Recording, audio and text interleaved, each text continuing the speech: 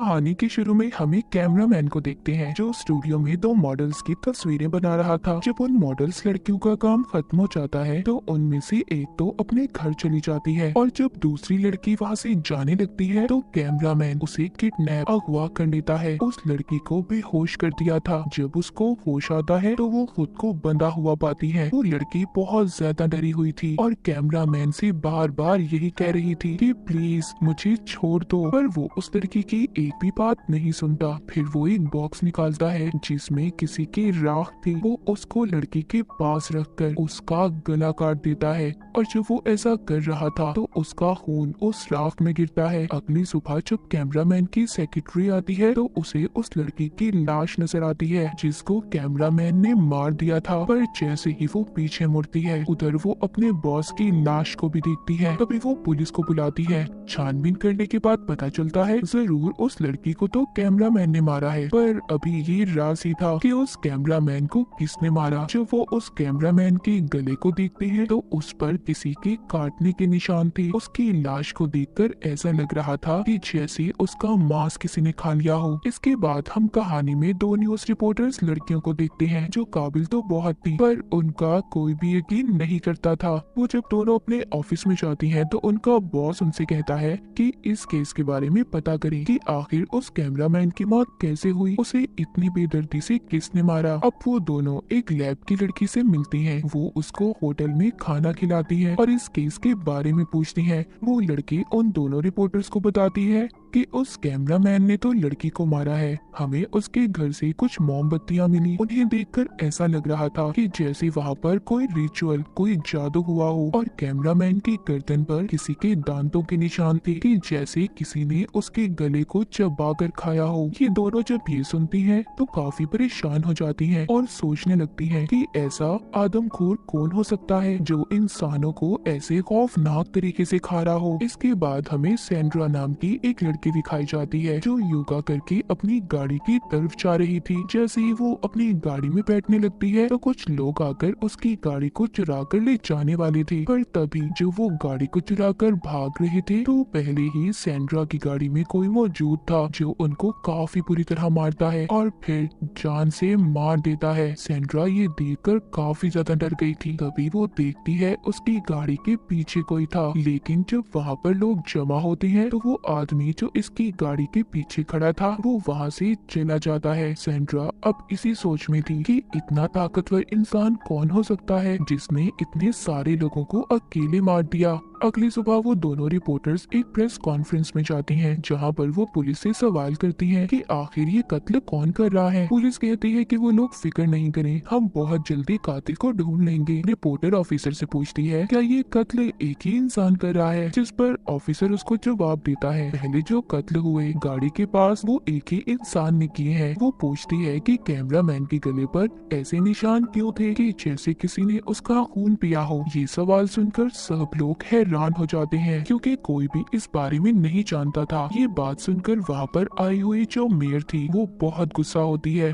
और वो रिपोर्टर लड़की से कहती है कि आइंदा के बाद तुम इस कॉन्फ्रेंस में नहीं आओगी, तुम्हारी जगह कोई अच्छा रिपोर्टर आएगा जो हमसे अच्छे सवाल पूछेगा। और वो ये बात इनके बॉस को भी बता देती है, जिस पर इनका बॉस इन्हें बहुत डांटता है। बॉस को भी उनकी बातों पर यकीन नहीं था। वो पूछते हैं कि आखिर तुम्हें ये खबरें देता कौन है। वो कहती है हमारे खास लोग जो पुलिस में शामिल हैं। जब ही दोनों अपने घर पर थी ये सोचती है कि क्यों ना हम अपने अकाउंट पर कुछ पोस्ट करें इन सब कत्लों के बारे में, क्या पता हमें कुछ पता चल जाए। तभी इन्हें लैब में काम करने वाली लड़की का फोन आता है। वो उन्हें बताती है जिन भी लोगों का हमने डीएनए का टेस्ट किया है वो एक ही आदमी है जो सबको मार रहा है, पर जो उस मॉडल लड़की की मौत हुई वो तो कैमरामैन ने ही की थी। अब ये दोनों इन सब बातों का पता करने कैमरामैन की ऑफिस में जाती हैं जहाँ पर सबसे पहला कत्ल हुआ था। जब ये वहाँ पर जाती हैं तो वहाँ पर इन्हें एक बॉक्स मिलता है। ये वो ही था जो हमने कहानी के शुरू में कैमरामैन के हाथ में देखा था, पर अब उस बॉक्स में राख नहीं थी। छानबीन करने पर इन्हें जादू का सामान भी मिलता है जिसे देखकर इन्हें पता चलता है कि यहाँ पर जरूर किसी ने कोई जादू किया होगा। वो दोनों सब चीजें देखकर सोचती हैं कि जरूर वो कैमरामैन किसी कल्ट, किसी ग्रुप का आदमी होगा जिसने यहाँ पर जादू करके किसी को जिंदा किया है, और वो वही इंसान है जो जिंदा होकर अब सबको एक एक करके मार रहा है। अब जब सब इन दोनों को पता चल गया था, लेकिन ये दोनों सोचती हैं बिना सबूत के कोई भी इनकी बातों पर यकीन नहीं करेगा, इसलिए ये दोनों फैसला करती हैं कि पहले ये सबूतों को इकट्ठा करेंगी। उधर सैंड्रा, जो कि उस हादसे के बाद हॉस्पिटल में थी, उसका भाई भी वहाँ पर आता है। सैंड्रा का भाई पुलिस ऑफिसर से पूछता है क्या यहाँ पर कोई खतरा तो नहीं है। ऑफिसर कहता है फिक्र नहीं करो, तुम्हारी बहन यहाँ पर महफूज है। फिर वो जब अपनी बहन से मिलता है, सैंड्रा उसे बताती है उस रात मैंने एक आदमी को देखा था जो बहुत खतरनाक था, और मुझे लगता है कि वो मुझे भी नहीं छोड़ेगा, मुझे भी मार डालेगा। सैंड्रा ये बात कर ही रही थी, तभी वहाँ पर वो आदमी आ जाता है जो सैंड्रा को मारने के लिए आया था। उधर सैंड्रा का भाई उसे एक क्रॉस लॉकेट देता है, कहता है इसे पहन लो, गॉड पर यकीन रखो, तुम्हें कुछ नहीं होगा। पर वो अब अंदर आ चुका था जो एक गार्ड को मार रहा था। ये देखकर एक पुलिस ऑफिसर उस पर गोली चलाती है, और गोली की आवाज सुनकर और भी पुलिस वाले वहाँ पर आ गए थे, लेकिन वो आदमी उस ऑफिसर को मारकर उसका खून पीने लगा था। इसके बाद वो सैंड्रा के पास जाता है उसे मारने के लिए, तभी वो उसके गले में जब क्रॉस वाला लॉकेट देखता है तो डर जाता है और भागने लगता है। ऑफिसर भी वहाँ पर आ गया था जो सैंड्रा को बचाकर उसे घर भेज देते हैं, और यहाँ पर हमें पता चलता है कि वो आदमी कोई आम इंसान नहीं था, वो एक ड्रैकुला था जो सिर्फ रात को बाहर निकलता था। और ये यहाँ पर आया कैसे, ये हमें कहानी में आगे जाकर पता चलेगा। इसके बाद हमें एक लड़की दिखाई जाती है जो अपने काम से वापस घर जा रही थी। जो वो गाड़ी में बैठती है तो ड्रैकुला पीछे से आकर उसके गले को पकड़ लेता है, उसे मारकर उसका खून पीने लगता है। अगली सुबह दोनों रिपोर्टर्स को उनका बॉस कहता है मैंने आज नया शो शुरू किया है जिसमें लोग हमें अपनी राय देंगे कि कातिल कौन है, और उनको इस केस पर बहुत से मैसेज भी आना शुरू हो जाते हैं जिसमें लोगों ने उन्हें अपने अपने ख्यालात बताए थे कि ऐसा क्यों था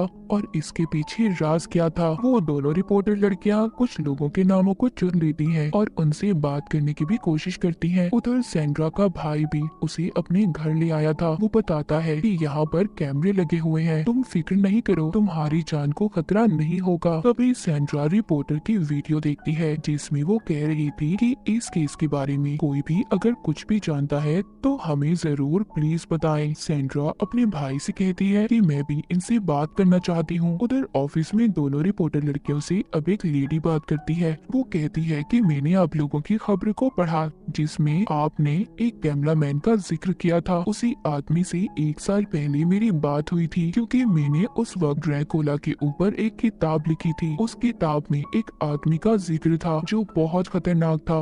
वो उस आदमी को जिंदा करना चाहता था और वो मेरी इन सारे मामले में मदद भी चाहता था, पर मैंने उसे इस बारे में नहीं बताया क्योंकि अगर मैं ऐसा करती, उसकी मदद करती, तो एक खतरनाक ड्रैकुला हमारी दुनिया में आ जाता। तभी एक और लड़की इनकी वीडियो में शामिल होती है जो कहती है हाँ मैं भी जानती हूँ उस इंसान के बारे में जो ड्रैकुला बनकर लोगों को मारता है। कुछ सालों पहले मेरा भी सामना हुआ था, उसने मेरी आंखों के सामने मेरी दोस्त को मार दिया, लेकिन मैंने उसे मारकर उसकी लाश को धूप में ले आई जिससे वो राख बन गया और मैंने उसकी राख को एक बॉक्स में बंद कर दिया। पर कुछ दिन बाद वो बॉक्स ही चोरी हो गया। ये सारी कहानी सुनने के बाद दोनों समझ गई थी कि ये ड्रैकुला ही है जो अब दोबारा लोगों को मार रहा है और वापिस आ चुका है।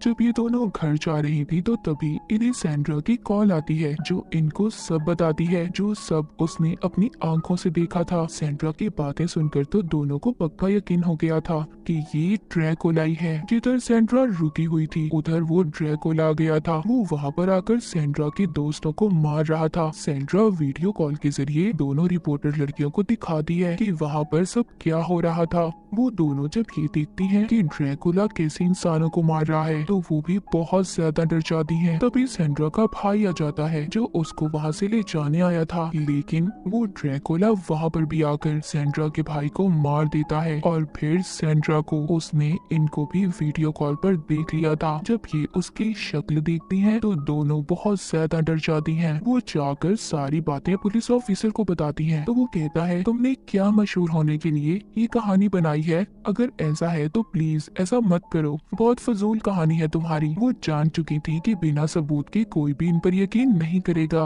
वो सोचती है कि दिन के वक्त वो ड्रैकुला आखिर रहता कहाँ होगा। वो उसके लिए हथियार भी बनाती हैं ताकि ये उसका सामना कर सके। एक दिन इन्हें एक आदमी का फोन आता है जो इनकी मदद करना चाहता था। वो अब इन दोनों को अपने ऑफिस में बुलाता है। ये पूछती है कि आखिर उन्होंने यहाँ पर क्यों बुलाया है। वो आदमी बताता है कि हमारी डीलर कंपनी है, हम लोग घर बनाकर बेचते हैं। उन्हें बताता है कि मेरे पास एक दिन एक आदमी आया था जिसने मुझे कहा कि मुझे एक ऐसा घर चाहिए जो बिल्कुल वीरान हो और बहुत सुनसान जगह पर, वहाँ पर कोई आता जाता ना हो। मैंने उसे वो घर दे दिया था। वो दोनों सुनकर कहती है कि आखिर ये सब बातें आप हमें क्यों बता रही हैं। वो आदमी कहता है हो सकता है जिस ड्रैकुला की तलाश तुम कर रही हो वो वहीं पर हो। वो उन दोनों को वहाँ की चाबियां भी दे देता है। दोनों अब वहाँ पर जाने का फैसला करती हैं। जब ये दोनों वहाँ पर जाती हैं तो वो बिल्डिंग वाकई ही सुनसान थी। ये वहाँ पर सबूतों को इकट्ठा करने लगती हैं, पर उन्हें वहाँ पर कोई सबूत नहीं मिला था, इसीलिए अब ये दोनों वापस जा रही थी। लेकिन तभी उनकी नजर एक अखबार पर पड़ती है जो 2 हफ्ते पहले का था। उसे देखकर वो सोचती हैं कि अगर यहाँ पर कोई नहीं रहता तो ये अखबार यहाँ पर कैसे आया होगा। तभी वो एक लड़के की लाश को देखती हैं। उधर ही वो ड्रैकुला भी था जो इसका पाँव पकड़ लेता है और इन पर हमला कर देता है। ये दोनों जब यहाँ से भागने की कोशिश करती हैं तो ड्रैकुला ने इनको पकड़ लिया था और बहुत मारता है। उनका खून पीने की भी कोशिश करता है, लेकिन वो दोनों भी हार नहीं मानती, उस पर हमला करती हैं। ड्रैकुला एक रिपोर्टर को तो बहुत मारता है और उसे बेहोश भी कर देता है और दूसरे रिपोर्टर का खून पीने के लिए उसकी तरफ बढ़ रहा था, पर वो भागकर सूरज की रोशनी में आ गई थी। इसके बाद ड्रैकुला दोबारा से उसकी तरफ जाता है जो बेहोश थी, पर अब उस लड़की को भी होश आ गया था और वो एक लकड़ी उठाकर ड्रैकुला को मार देती है जिससे वो बेहोश हो गया था। ये दोनों खींचकर उसे सूरज की रोशनी में ले आई थी जिससे वो दोबारा राख में बदल गया था। इसके बाद हम कुछ दिन बाद की कहानी को देखते हैं। दोनों रिपोर्टर्स बहुत ज्यादा जख्मी थी। कोई भी इनकी बातों पर यकीन नहीं कर रहा था कि इन्होंने एक ड्रैकुला को मार दिया। इसीलिए ये दोनों अब ये फैसला करती हैं कि ये दोनों प्रेस को छोड़ देंगी और शादी करके कहीं दूर रहने लगती हैं। कहानी के आखिर में हम एक छोटी बच्ची को देखते हैं जो एक लेडी को ड्रैकुला की राख एक जार में दे रही थी। हम देखते हैं उसके नाखून बहुत बड़े थे जैसे कि वो भी ड्रैकुला हो। तो जैसे उस कैमरामैन ने इस राख के अंदर लड़की का खून डालकर इसे जिंदा किया था, मगर ड्रैकुला ने निकलते ही उसको भी मार दिया। फिर दोनों रिपोर्टर्स ने अपनी बहादुरी से उस ड्रैकुला को मारा, मगर उस ड्रैकुला की राख जब तक इस दुनिया में रहेगी तो कोई ना कोई इंसान उसे अपने फायदे के लिए लड़की का खून उसमें डालकर इसे जिंदा करेगा और ये ड्रैकुला फिर से दुनिया में तबाही फैलाने आएगा। और इसी के साथ ही कहानी यहीं पर खत्म हो जाती है।